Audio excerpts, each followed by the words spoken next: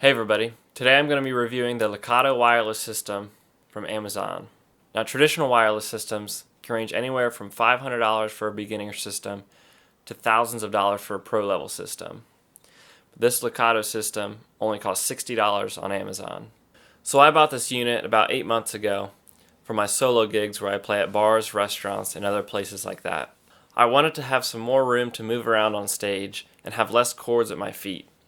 I don't move around that much because I'm confined to being at my microphone most of the time, but it's great for when I have to make an adjustment on my mixer or plug a cord in or go out to the audience to give an audience member a business card, or if I set my drink down on a table and forgot. The battery on this unit is rated for 6 hours on a full charge. I have never run out of battery, but my shows run for about 2 to 4 hours on average. I also save the battery as much as I can. When I'm not playing and taking a break, I'll turn both units off. I have also run the receiver while it's plugged in at my pedal board just for more battery security so it doesn't run out while I'm playing a show.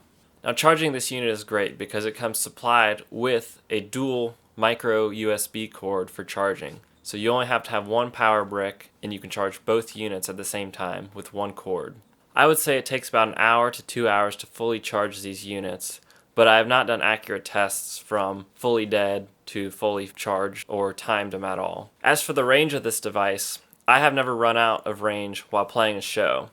It's always stayed connected, but I don't normally walk very far from my pedal board, so that is not an issue for me. Now I'm going to take you outside and do a quick test of the range of these units. So during my test of the range, I got a lot further than I thought I would get. Originally I thought it would be about 100 feet, but I was able to get to 200 feet and a little bit further until it started breaking up.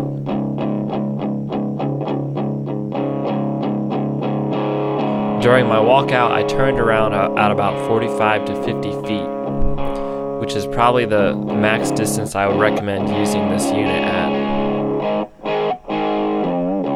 I'm not sure of any shows that you would be playing that you would need to walk out this far if you're not professional and would need a better system than this. At about 100 feet, where the big tree on the right is where I started to notice some dropouts. But on second thought, I noticed the dropouts was really just a delay in signal getting to me because I was so far away. The connection was just fine. At about 200 feet is where I stopped walking because there was a fence at the end of my yard. There were a couple dropouts at this length, but you would never want to play this far away from your amp or your band.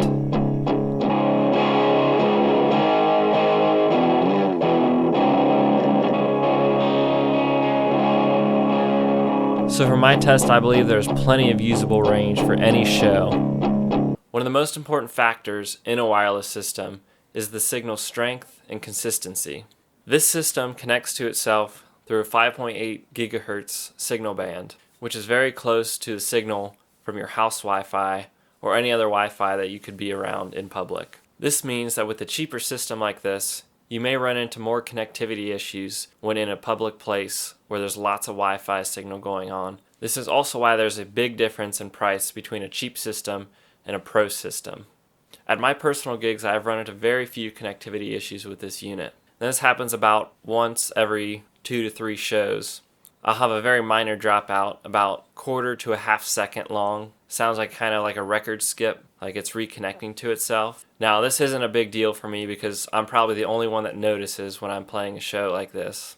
Now why should you get one of these? This is great to have just during practice, whether you're practicing by yourself or in a band practice. It's nice to be able to walk around and not have to worry about stepping on a cord. Now same thing goes for shows. Obviously, at a show you're on stage and you want to have some room to move around and not worry about stepping on a cord, having it pull out of your amp or your guitar. Another good reason to have one of these is for backup. Let's say you have another one of these wireless units that runs off a different signal band and you're in a crowded environment. That wireless unit may not work on the particular band, but switching over to this one at a 5.8 gigahertz band might work perfect for you. So for the main pros of this unit, it's small, you can throw it in your guitar bag or pedal board case and take it with you pretty much anywhere you go.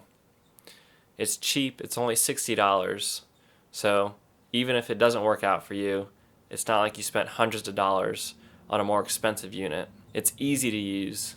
They connect to each other right away. You don't have to go through any tricky menu systems. You just turn them both on, they look for each other, they find each other, and you're good to go. Now the main cons for this unit are the reliability.